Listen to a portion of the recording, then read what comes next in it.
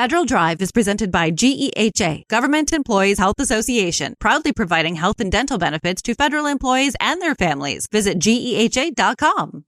And now, the Federal Drive with Terry Gerton, sponsored by GEHA.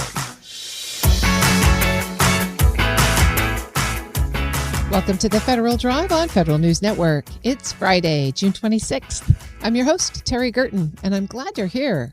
Coming up on this hour of the Federal Drive, as America approaches its 250th anniversary, a new book points back to one of the founders' most important ideas, prevention. Plus, some of the biggest fiscal problems facing the government aren't surprises. They're warnings we've chosen to live with. Those stories and much more ahead during this hour of the Federal Drive. We begin with this. The U.S. Army Corps of Engineers is reorganizing its long-standing value engineering program by shifting it from a separate activity and folding it into existing project delivery processes. Critics warn the move would increase the risk of waste, cost growth, and schedule overruns, and one organization has urged the Defense Department to immediately reverse the decision. For more details, Federal News Network's Anastasia Obis spoke with Rob Stewart, SAVE International immediate past president. I first learned of this decision from a colleague who was employed at U.S. Army Corps of Engineers on Sunday, June 7th. And both myself and this individual were attending the SAVE International Value Summit in Milwaukee, Wisconsin. And my understanding is that USACE leadership communicated this decision to limited parties within the Corps on Monday, June 1st. But the value program didn't learn of it until that Thursday, and only secondhand. It was interesting to me that leadership did not communicate directly with the folks in the value program. I think they were all quite surprised to learn of it, and clearly the folks that attended the SAVE International conference were also quite alarmed to hear about this. It's been a couple of weeks now. What do we know so far about the changes that took place? So to the best of my knowledge, the decision was made to end the value engineering program in its current form, which was comprised of a small group of individuals sitting at the headquarters level, and each U.S. Army Corps district had its own assigned district value officer who was responsible for ensuring that value engineering activities were being followed consistent with Army regulation OMB A131 and ultimately the contracting law and the FAR regulations. So they were all told, my understanding was that as of July 1st, that those existing folks that were part of the Corps' value program would be reassigned. And it sounded like there really wasn't a clear answer as to how the Corps is going to respond to its value engineering mission. And I think that's still unclear. I don't know. Nobody really knows for sure how this is going to take place, but I found it very strange that the decision would be made to eliminate all of those professional positions. These are folks that have professional certifications in value engineering, that have many, many years of experience at administering the program. They know how it should be done and how it should be done correctly. And really, there was no information provided, and certainly none of the people that were part of the existing program had any clue at that point as to what was going to happen next, other than that they were going to be reassigned on July 1st. So we still don't know.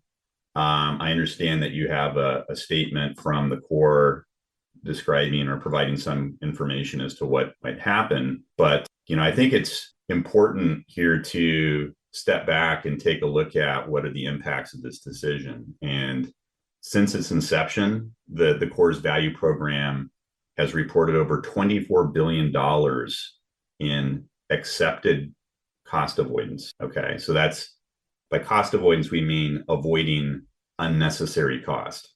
And it's important to remember that value engineering is not a cost-cutting activity, it's a value-improving activity. And that value can include adding capabilities to core facilities. It could be reducing delivery time or schedule. It could be reducing risk as well as avoiding unnecessary cost. The other thing that's important to note here is that from a financial standpoint, for every dollar that the Corps invests in its value engineering program, it has received a return of $200. That's a 200 to 1 return on investment. And gosh, I don't know about you, but if I could get that kind of return on investment in the stock market, I would have retired a long time ago. I mean, it's proven. It's got a long track record. It works. And it is one of the best tools available to ensure that taxpayer money is spent prudently. So I'm really mystified as to why this decision was made, especially when there had been ongoing efforts to make the process more efficient, to streamline it. And I believe Corps leadership was aware of these activities. So it really came as a surprise to a lot of people. Well, this is what the Army Corps of Engineers has to say about the decision. I'll read their statement. They said that it's not dissolving, eliminating, or reducing our commitment to value engineering. To the contrary, it's elevating and modernizing value engineering by transitioning it from a standalone, parallel compliance program to an organic, fully embedded capability within our standard project delivery business processes.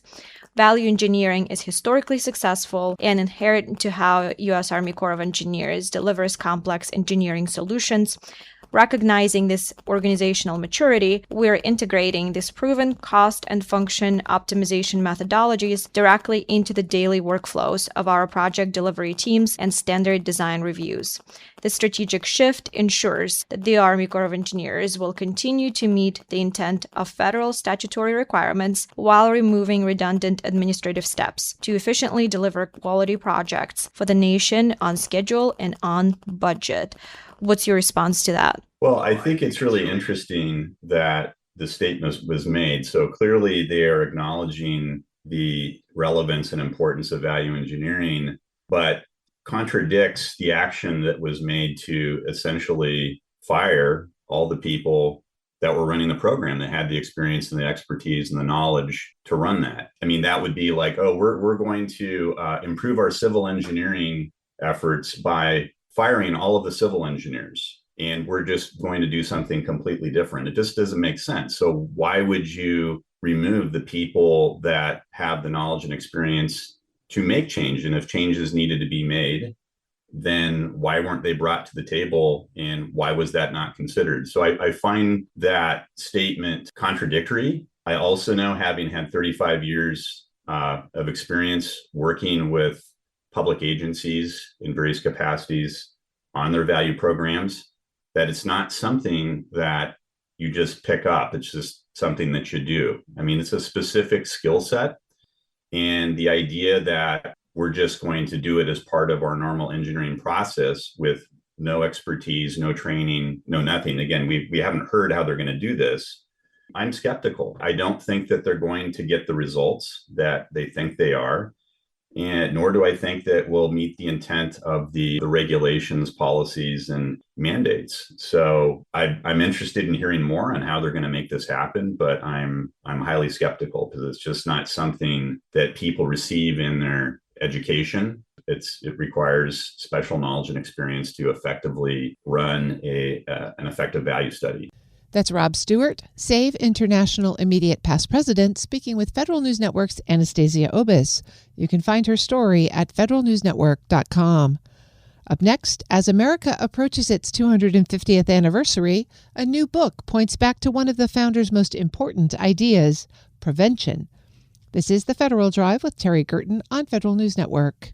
Tune in Tuesdays at 10:30 a.m. and 2:30 p.m. for the Innovation in Government Show, sponsored by Carasoft. Hear from the industry leaders advancing the technologies shaping how agencies modernize, secure operations, and deliver better services. Innovation in Government covers what is changing now, what is working from cybersecurity and cloud to data, AI, and emerging technologies. Listen to Innovation in Government, Tuesdays at 10:30 a.m. and 2:30 p.m. on Federal News Network. Search Innovation in Government.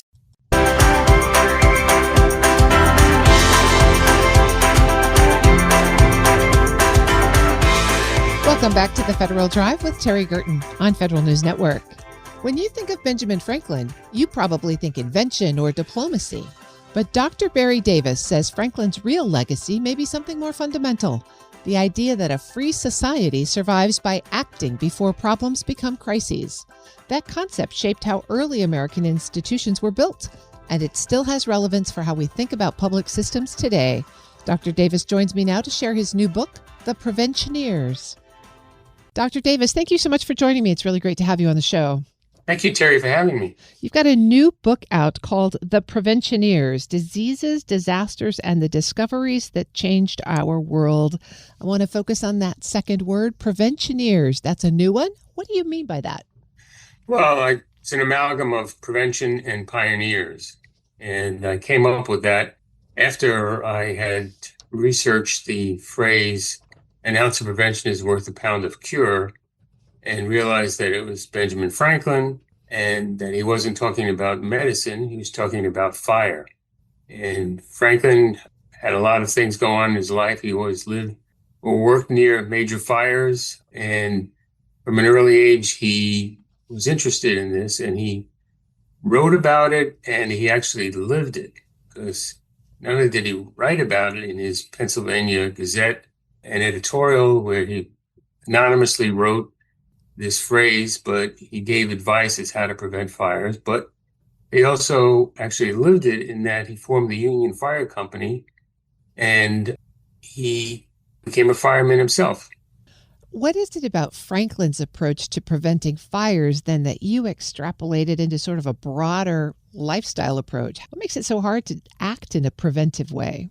Well, his approach was that you need a system.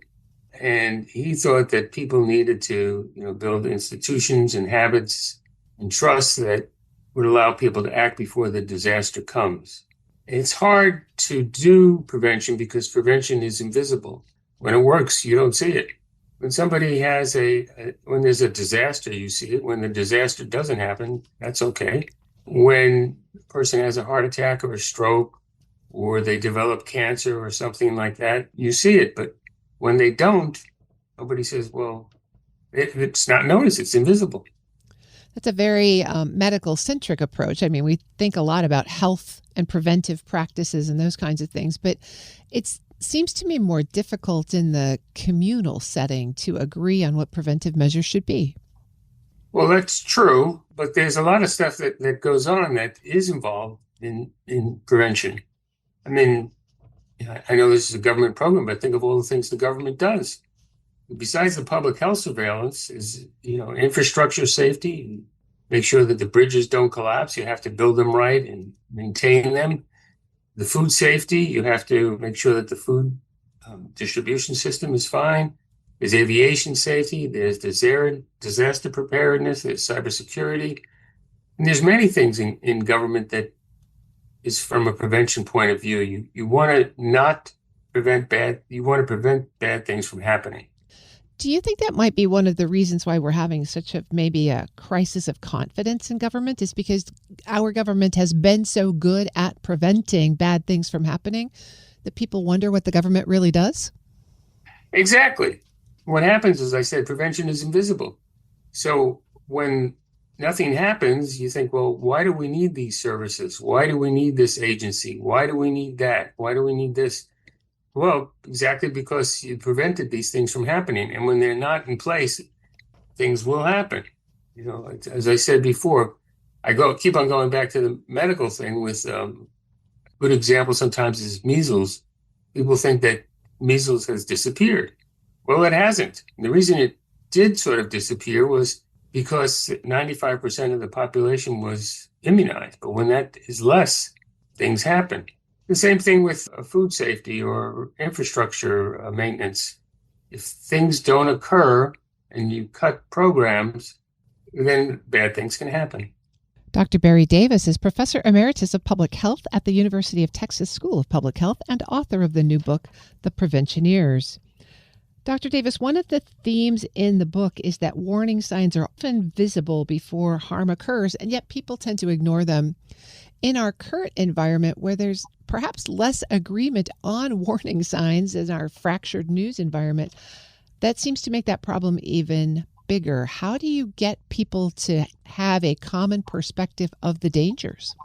Well, that can be tough. The book sort of highlights these people who did see this and told other people about it. Most of the people in the book had a platform of one or another, like Franklin had the Pennsylvania Gazette. There's another person in the book, Sarah Josephine Baker. She was able to go to the New York Times and talk about things many times. But there are others where it was harder. You had to work through, let's say, the medical literature or the medical community in order to get the word out. But the warnings are there. We see this over and over again in many, many examples. I mean, one of the things I picked on lately is artificial intelligence.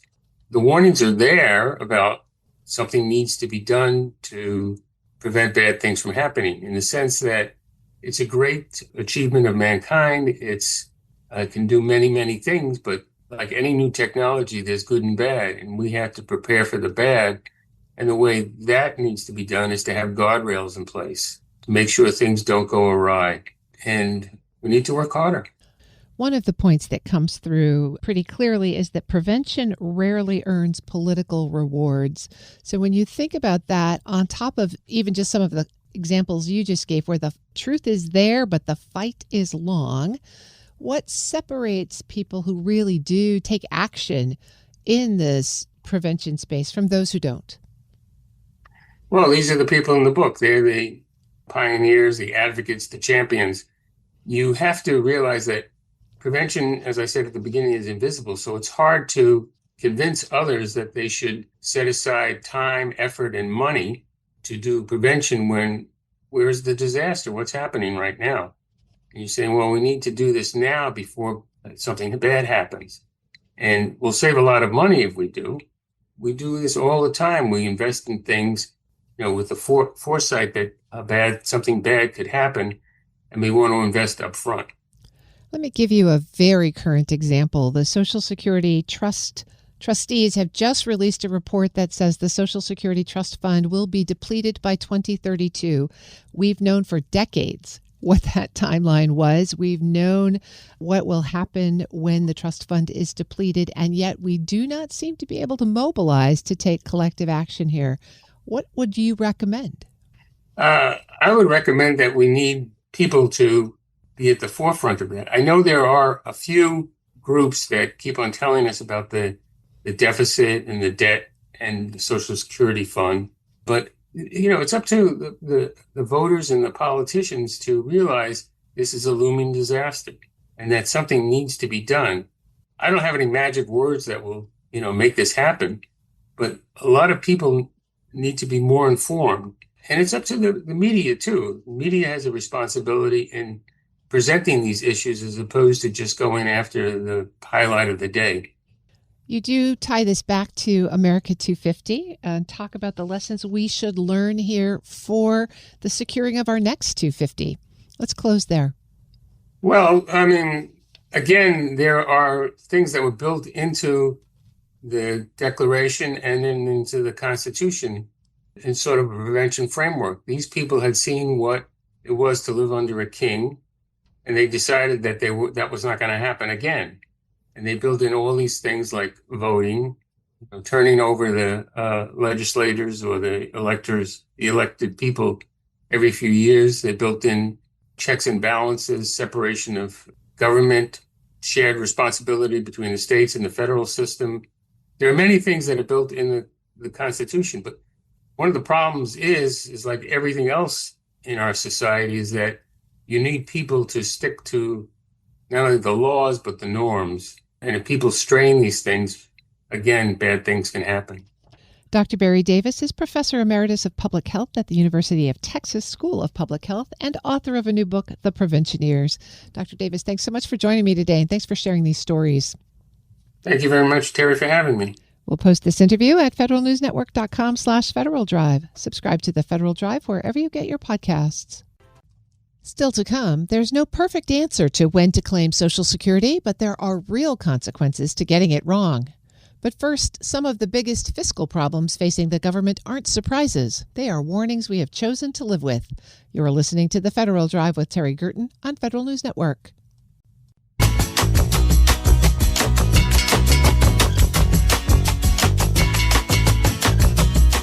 Welcome back to the Federal Drive with Terry Gerton on Federal News Network.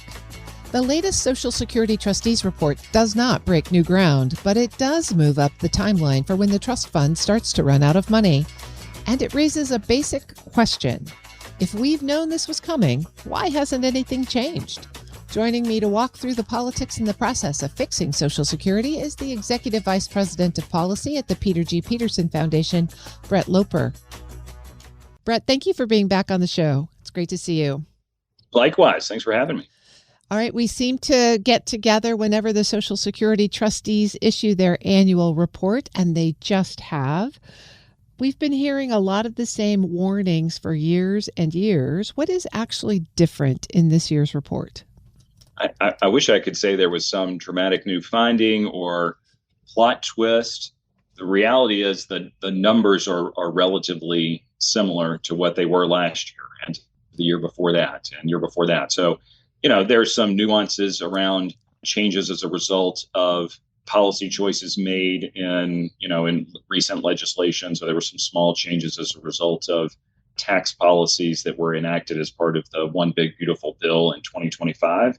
But the punchline is really the same. The trust fund that is responsible for the benefits for retired Americans under Social Security is set to, use your term, expire, go bankrupt, become insolvent, run out of funds, whatever you want to refer to it. It goes belly up in 2032, and under current law, the way the program is structured, once that occurs, there is an across-the-board cut of benefits. The trustees project it to be 22% for each beneficiary, which will set in, more or less effective immediately. And so you're looking at, roughly, $1,500 a month for a typical couple, $18,000 a year reduction in benefits for a typical retired couple. And, there's variability, which we, can certainly get into based on income levels and things like that. But that's the punchline. The trustees are warning, flashing red. This is going to be a real problem come 2032 unless Congress acts and a president, whether it's this one or the next one, signs some changes into law. Brett, as you're walking through those numbers, a monthly reduction of between $500 and $1,500 is real money out of people's pockets. And as we're living through a time where affordability is the byword, what are the political ramifications of this when you think about why we can't get Congress to actually take action? What would it take? So, it's going to take some combination of, I would say, heroic leadership, which is what happened the last time that the program was at risk like it is today. It's going to take some greater public awareness, which I think is growing, and I'll comment on in just a moment. And it's going to take consensus. I hate to use the evil word of compromise, but the reality is neither party is going to be able to do this just in their own image.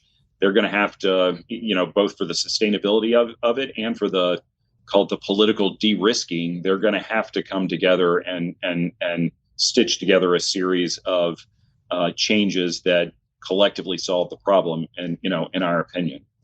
The comment I was going to make about heroic leadership and what happened the last time was 1983, and at that point in time, there was a commission that had been appointed by President Reagan, led by eventual chair of the Federal Reserve. He wasn't the chair of the Federal Reserve at the time, Alan Greenspan. And he spent, that commission was stood up in 1981, and the ultimate legislation wasn't enacted until 1983. But there was an understanding between President Reagan and the then Democrat Speaker of the House, Tip O'Neill, that the commission was going to they were going to let the commission have space. They were going to see what the commission reported, and then they were going to, kind of negotiate from that work product. And that's more or less what they did. The Senate was controlled by Republicans in 1983, and they were, somewhat deferential to the president to give him space to negotiate. And ultimately, the two key leaders were Tip O'Neill and Ronald Reagan. But it was that commission that really was the instigator.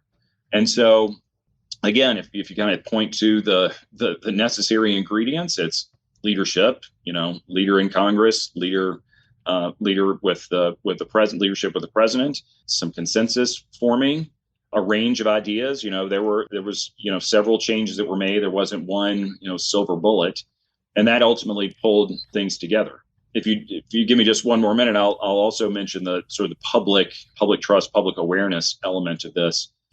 We recently commissioned some polling, which has not been publicly released yet, but we intend to do so shortly. But I'll give you one little nugget from that. We asked the question, or the pollster asked the question, are you aware that this cut is coming, that this Social Security program is at risk? And only 30% of the public had any awareness. Forget about specific details of the challenge, but any awareness whatsoever. And so they didn't view need. When you ask them, and there's not much knowledge of it, not an overwhelming number of people say any changes to the program are necessary. But the moment you give them that fact, did you know that this crisis is coming in 2032?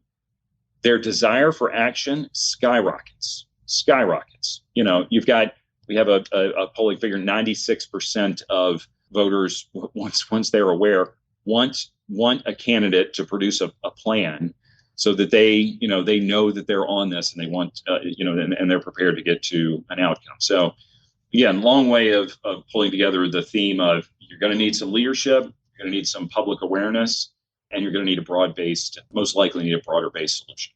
Brett Loper is Executive Vice President of Policy at the Peter G. Peterson Foundation. Well, 2032 is going to be within the term of most of the Senate, whether they're being reelected in this cycle or up over the next couple. So everybody in the Senate is going to have to deal with this. Who might you see as an emerging heroic leader, and what's their portfolio of options here? An important question. So where can some of the leadership emerge? So you have some members who have spent time working on this. So I'll give you, the best example from the current Senate. Bill Cassidy of Louisiana has been almost a lonely voice in encouraging his colleagues to work on this. He's recruited some fellow senators like, Angus King of Maine, Senator Kane in Virginia, who've also, tried to begin to have some quiet conversations about some type of way to develop broader-based solution. You'll see members going, whether they're elected in 26, we've got roughly a third of the Senate who's in cycle. Some of those are obviously open seats, but you'll have a new class of senators coming in 2026. And as you point out, they're going to have to solve this before the end of their terms. I think you'll have some who emerge from that group, but you'll also have some who have experience in this area because they've served on the Senate Finance Committee, which has jurisdiction over the program. And I think you could probably also look to some who have been, there haven't been many major bipartisan bills over the course of the last 18 months, but you can go back and look to legislation over the last, pick the period, 10 years. And, you find the senators who repeatedly show up for these bipartisan deals on whatever the topic might be. And so I think you can look to some of those past actors and presume that they'll be there again. So kind of a combination of those factors, I would say, produces the senators most likely to be in the thick of the solution. Brett Loper is Executive Vice President of Policy at the Peter G. Peterson Foundation. Brett, I'm with you, and we'll hope that signs point to yes. Thanks for joining me today. Happy to be here. Thank you for having me. We'll post this interview at federalnewsnetwork.com/Federal Drive. Subscribe wherever you get your podcasts. Coming up next, there's no perfect answer to when to claim Social Security, but there are real consequences to getting it wrong. This is the Federal Drive with Terry Gerton on Federal News Network.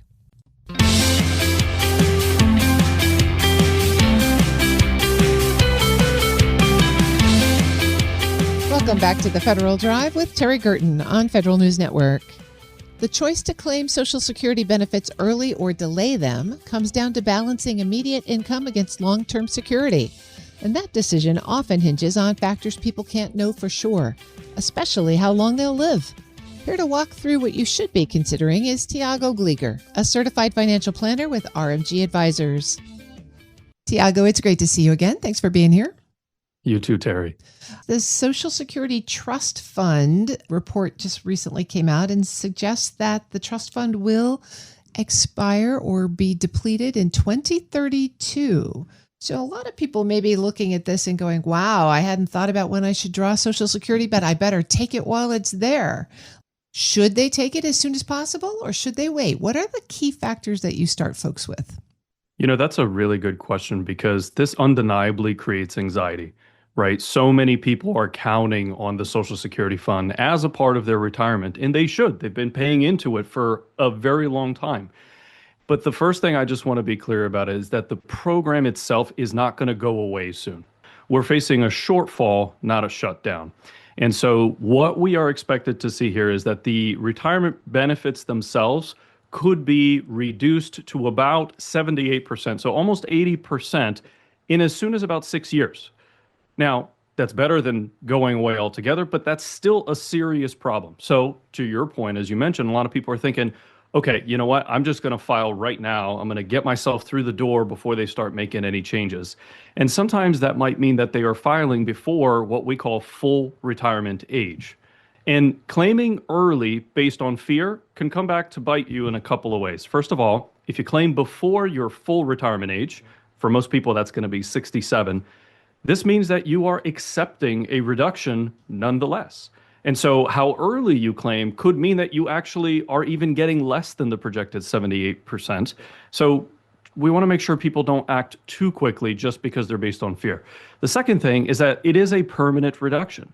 And so if you were entitled to get 100% of your benefit at 67, but you take it before then, now you could be getting tens of thousands of dollars less throughout your retirement. In some cases, hundreds of thousands of dollars less. Because remember, all of those COLAs that people are going to get over time is now based on a lower dollar amount as well. So we have to be really careful about this very permanent decision that we make. We have had funding issues in the past, and so the retirement age, some folks might remember, used to be 65. Now it's 67. So I'm sure we're going to see some potential increases of the full retirement age as well.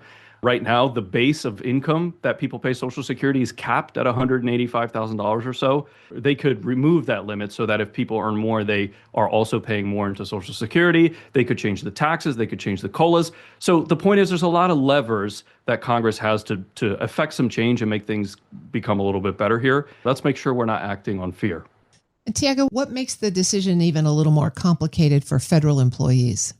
There's this unspoken rule in federal service that you're supposed to take Social Security the minute your supplement goes away.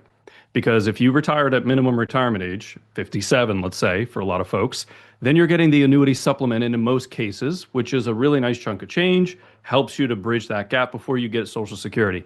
And then you get used to having that income. And so then people say, well, now that's going away at 62. The annuity supplement goes away at 62. I'm just going to turn on Social Security so I can continue receiving that income. But then the problem is, like we talked about, you're taking a reduced amount permanently for the rest of retirement. The other thing is that we refer to income for federal retirees as the three-legged stool. And the key question is, which leg do you lean on and when? We have your FERS pension. We've got Social Security or the annuity supplement, and then you have your portfolio, which is your savings and when you draw from. The combination of how you use that income affects your taxes, which even affects how much of your pension you get to take home and Social Security. So there's a lot of moving pieces together. Tiago Glieger is a certified financial planner with RMG Advisors. Tiago, one of the basic considerations that people often come back to is starting Social Security at their break-even point. Talk through what the break-even point is and why it might not be the best decision. Yeah, the break-even analysis is useful, but if you look at it as just your decision-making matrix, it's a little bit incomplete. And so what it focuses on is the age where one claiming strategy is going to catch up to another one. So for example, if you take it a little bit later, you're getting a higher benefit, but you didn't receive it for a number of years because you waited longer. So how much longer do you need to receive that benefit for before those two decisions come to a meeting point? But the issue is that it ignores other factors. One of the Social Security rules is that especially if you're married, if one of the members in the couple passes before the other, the survivor doesn't get to keep two Social Security benefits. They only get one. And so we often use a strategy of maximizing whoever had the highest benefit, because at least if one Social Security goes away, they get to keep the higher amount. There's other factors like, what about if there's a really bad year in the markets? Is this a good time to be making really big portfolio distributions? Should you take Social Security even a little bit earlier because it's going to be less impactful to your portfolio long term? So there's more than just one rule, like the break-even rule, that we want to look at. There are some things about the Social Security payment that surprise people once it starts. One is that your Medicare payments come out of Social Security, right? That's right. And Medicare isn't required for a lot of retired feds, right? Because if you get to keep FEHB, or a lot of the federal community came from the military, so if they have TRICARE, in that case, they are going to go to Medicare, because TRICARE for Life does require Medicare. But your Medicare premiums are going to come straight out of Social Security, which is a little bit different if you don't have Social Security until later, if you're going to maximize it. So some people are confused about the idea of, when do I pay for out of pocket? My Social Security benefit, I was expecting one amount, but now it's less because Medicare is taking their part out of it. And then as your income goes up, because maybe you took a TSP distribution, you might have put yourself in everybody's least favorite aunt, Auntie Irma. She comes in where it adjusts your Medicare premium, and now you're paying $100 or $200 more per month for Medicare, which means even less Social Security that you're getting. So there's a lot that can surprise people. And taxation of Social Security is another place where people get surprised. Yeah, that's a big one. A lot of people are very focused on about this idea that Social Security is a double tax, because we've paid for it during our careers, right? We're paying money into the program, and then now the money is coming back out and we're paying tax on it. So it's this idea, oh my gosh, we're being doubly taxed on this.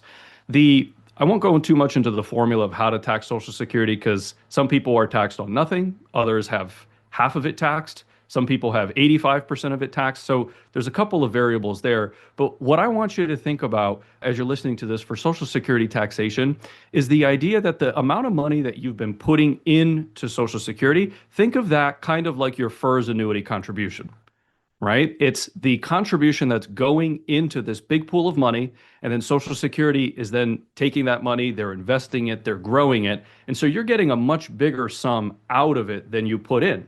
So if you're getting more money than you put in, makes sense that you might owe a little bit of tax on that extra money that you earned. So that helps us to feel a little bit better about the idea that we're paying tax on it. Tiago, let's come back to the concept of the three-legged stool that you talked about.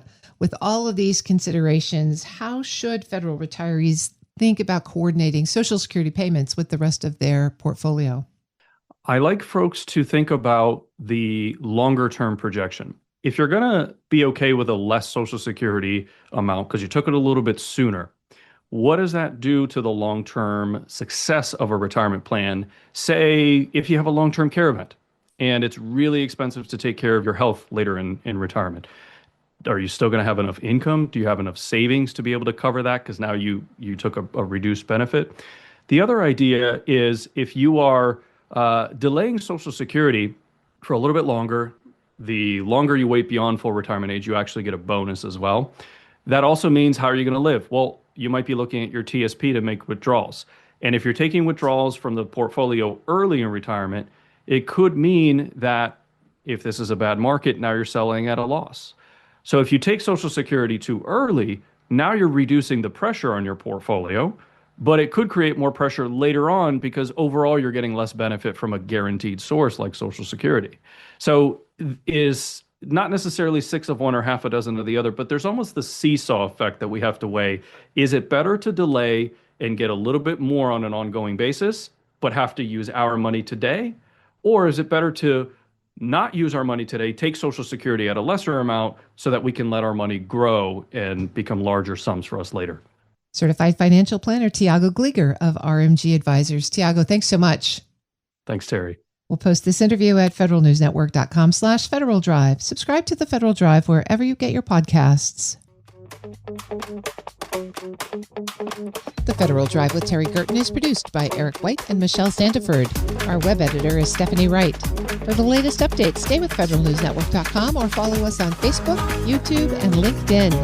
Up next, the top national headlines from ABC News and the Federal Newscast. I'm Terry Gerton. Thanks for listening.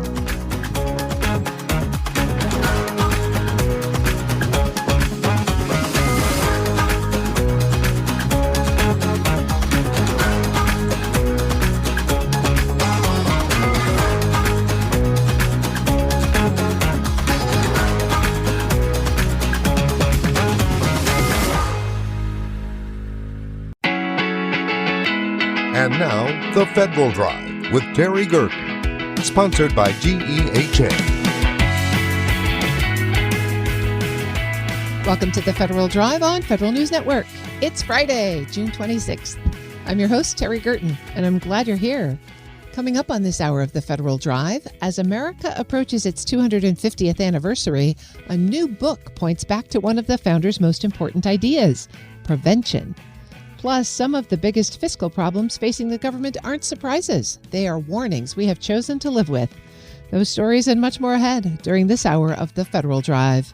We begin with this. The Postal Service has pushed back an immediate cash crisis by delaying payments to employee retirement plans.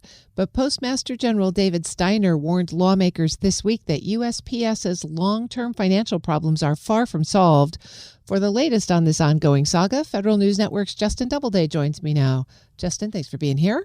Good to be here, Terry. All right, what is the latest on USPS's financial standing? What did you hear? Well, USPS is no longer on track to run out of money in early 2027. David Steiner, the Postmaster General, about 3 months ago had warned lawmakers that that was a very real possibility because of the deficits that the Postal Service has been running. And he said at that time that if that happens, the Postal Service would have to cease mail delivery. Well, earlier this year, the mail agency began suspending payments to the federal employees' retirement system to save cash, and that has now put the Postal Service in the position where they've pushed off this negative cash crisis to sometime between fiscal 2031 and 2035. And so they're a few years away at least from now running into this crisis again. But as Steiner warned the Senate Homeland Security and Governmental Affairs Committee on Wednesday, that does not mean USPS is in any sort of better financial position. And in fact, this sort of deferral of payments could make things worse. Here's what he told lawmakers in an exchange with Senator Maggie Hassan. What we are doing right now is we're basically borrowing money from our retirement plans to fund current operations. I'm not particularly comfortable with that. I promise you our employees are not particularly comfortable with that. And neither am I. You all shouldn't be comfortable with that. None of us should be comfortable with that. That definitely does not sound like a long-term sustainable solution. So what else are they doing to cut costs beyond just deferring employee retirement contributions? Well, last month, USPS restricted non-essential spending, and Steiner laid that out in a memo for the agency to really restrict hiring, travel, training, and other areas of spending. But of course, the Postal Service just continues to lose money otherwise because there haven't been any sort of major structural changes to the agency and how it operates. In fact, in the second quarter of fiscal 2026 here, the USPS just reported a net loss of $2 billion. That's after the Postal Service lost a total of $9.5 billion over the total of fiscal 2025. And so clearly they are on track once again to hit something like that number. And, things are just continuing to kind of spiral with their profitability or lack of profitability. How did the hearing go? Otherwise, are lawmakers supportive of reforms to the Postal Service, or were they opposed? There are a lot of questions and there's a lot of skepticism about whether USPS is kind of asking for another bailout here or something along those lines, because lawmakers just passed a big reform bill back in 2022 that saved the agency about $107 billion. And so you saw the skepticism in a House hearing earlier this year. Over on the Senate side, there's still a lot of skepticism about what exactly USPS is asking for, and they're really asking for more details from Steiner and the Postal Service about what reforms are you going to make. Steiner said that they have brought in the, quote, preeminent restructuring firm in the world to examine options for what the agency could do to improve its financial position. That report is still in the process of coming together. It's from the consulting firm Alvarez and Marshall. So there could be some more options that they turn to later this year, absent congressional action. But then there's also the question of, well, what would Congress do to step in here? Did Mr. Steiner walk through any particular reforms that he's going to move forward on? He was asked repeatedly about some of these recommendations, and he didn't offer a ton. But our colleague Jory Heckman did break earlier this month that the Postal Service has been looking at several options, including eliminating the Postal Regulatory Commission, which was established to oversee USPS.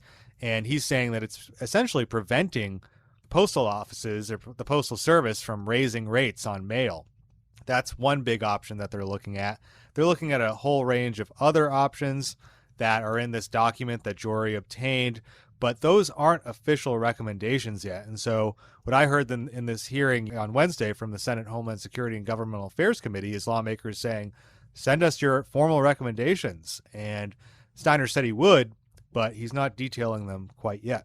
The House has a Postal Service caucus. Have they weighed in on this yet? Well, House lawmakers have asked, Steiner in a bipartisan letter recently for some formal projections over the next 5 years on the financial outlays and different cost-cutting measures that the Postal Service could take. That's actually due today. So we'll see if the Postal Service actually responds to that letter from House lawmakers. That's Federal News Network's Justin Doubleday. Justin, thanks for keeping us up to date.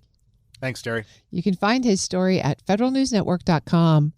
Up next, as America approaches its 250th anniversary, a new book points back to one of the founders' most important ideas, prevention. This is The Federal Drive with Terry Gerton on Federal News Network. Sean O'Keefe, former Navy Secretary, NASA Administrator, and senior leader across multiple presidential administrations, reflects on the principles that shaped his long federal career. In this episode of Lessons in Leadership, he joined Shane Canfield, CEO of WEPA, to discuss motivating teams through uncertainty, leading across agencies, and staying rooted in mission during times of public scrutiny and change. Hello, and welcome to the Lessons in Leadership podcast. I'm your host, Shane Canfield, CEO of WEPA. Today, I'm honored to be joined by Sean O'Keefe, former NASA Administrator, former Deputy Director of the Office of Management and Budget, former Secretary of the Navy, former Comptroller and CFO of the Defense Department, and Professor Emeritus at Syracuse University's Maxwell School of Public Affairs. Welcome, and thank you for joining. Well, thank you, Shane. Delight to be with you. Appreciate it very much. What first drew you into public service, and when was it evident to you that leadership was an important part of the roles you played? Well, I grew up around the public service. My dad was a career naval officer. He was a submariner, and we lived all over the place throughout the country. And as a result, I got an up-close and personal understanding through him, as well as through all the folks he associated with and the environments he was working in, just what the extraordinary value is of public service and what is it that would motivate people to want to be engaged in it and to be really involving themselves in what is something larger than themselves. And the only place that is really formulated properly is within the public sector and the public service. That again is the beneficiary or the beneficiaries are the citizens of the nation, the community, and the region in which you live. Did you think about leadership early on, saying, I need to be a great leader and therefore I'm going to learn how to do it, or did you just naturally evolve into it? Any thoughts on that?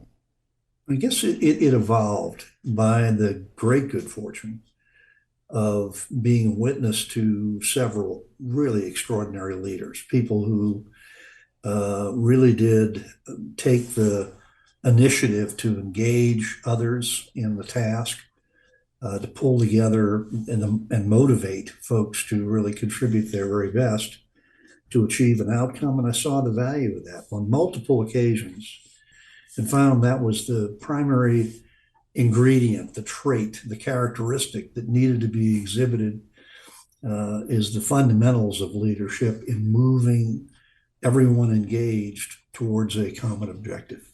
You have served under several presidents. Can you talk a little bit about that? What were there challenges to overcome, or were you away from politics so you didn't get? Talk about that a little bit. how does it differ as you serve through a transition, or does leadership stay the same? Oh no, it's it's really critically important in transition cases, to be sure. But the two presidents that I served in their administrations were President George H.W. Bush and President George W. Bush in two different eras, obviously. But as a consequence, that was the closest I came to understanding the nature of the individuals who were in that ultimate leadership capacity, and their capability to motivate. Both of them were just extraordinarily inspiring people who motivated everybody to be part of the solution. But most importantly, they also had a capacity of really designating what needed to be done. And you knew that they were perfectly prepared to do it themselves. And that made the task that much more achievable. There were several different circumstances in understanding what the objectives of the senior leadership are all about. You've worked for different kinds of organizations, political administrations, and then government departments, agencies, and then private sector, and now academia. How does that affect your leadership style? Or do you find that leadership, the core tenets of leadership, are applicable no matter what the organization you find yourself in and having to lead? It doesn't matter where you are, that the core leadership characteristics are the same? Are they different? Are you adapting? Well, there's a common myth in my judgment, and I'm probably the minority view of this in the academic field of public management.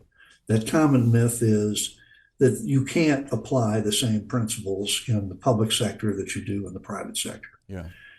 I never found that to be an impediment. Okay. It was always a circumstance where, strategy, the focus on the talent, people engaged, the process to going through decision making, the integrity imperative that must be there in order to demonstrate the absolute conviction of what's intended here, as well as the moral standing of what it is you're attempting to achieve. All those factors are very much the same. It's going to have its nuances, and there are very distinctive, differentiators within those organizations and those sectors. But at the same time, those basic principles, those tenets, foundations of what make up organizations and organization theory, in so many ways are fundamentally the same. And how you employ those may be slightly nuanced to match the condition, but they all are imperative in the same direction. A little bit of a different direction. You were part of the very first cohort of what is now Presidential Management Intern Program, later became the Presidential Management Fellows Program. What did that early experience teach you about leading within government? The Presidential Management Intern Program, as it started, was designed for just that purpose: a focus on public management, a focus on implementation. And its evolution over time has been extraordinary. It mystifies me why that has been the subject now of an executive order that has dismantled it. And it's absolutely unconscionable, given the nature of the hundreds, thousands of people who've moved through that program in the course of the last nearly 50 years, that have gone on in some cases to be senior executives within the federal government, and in other cases they've moved on to other kinds of pursuits. But even with that, even for those who have left the service, they walked away with an appreciation of what public service is all about, why it matters, and why this is so critical to get it right. Because by and large, the reason why these functions are delegated to the public sector is because no one else can do it. Usually that's the case. It takes that kind of focus of a public entity in order to achieve an outcome that frankly would not be achieved in other spheres. So as a result of that, it gave me an incredibly in-depth understanding of that process at a very early stage in my career that has lasted the entirety of that professional experience. A closing question. Who has influenced your leadership style, and what about their example stays with you? And that question can be cast broadly. So, inside government, outside government, perhaps not government at all, somebody that you've met, reported to, been mentored by, a broad net. But when you think about broadly, when you think about who has influenced you, who comes to mind? I would have to say that the number one, hands down, greatest influence during the course of my life was my dad. He was an engineer, so everything was a calculated risk. I think I was probably 25 before I realized the answer was not to be found for everything in a slide rule, but that was his bent and his mindset. And he taught me how to think critically. And it really was one of the most extraordinary attributes. And he was an inspiring parent and mentor in so many ways. And all the different things I've done throughout the course of his life, I had the opportunity through much of it to be able to consult with him on a variety of things, and always walked away with a more informed perspective. Dad was an extraordinary public servant in his own right. Well, Sean, thank you very much for sharing your insights and experiences. It has been a pleasure talking. I'm delighted to be with you, Shane. Thank you so much for doing this. And this is Shane Canfield, CEO of WEPA, reminding you to empower your team and embrace challenges. Until the next time on Lessons in Leadership. Find the full podcast and future episodes of Lessons in Leadership on the Federal News Network app and anywhere you enjoy your podcasts.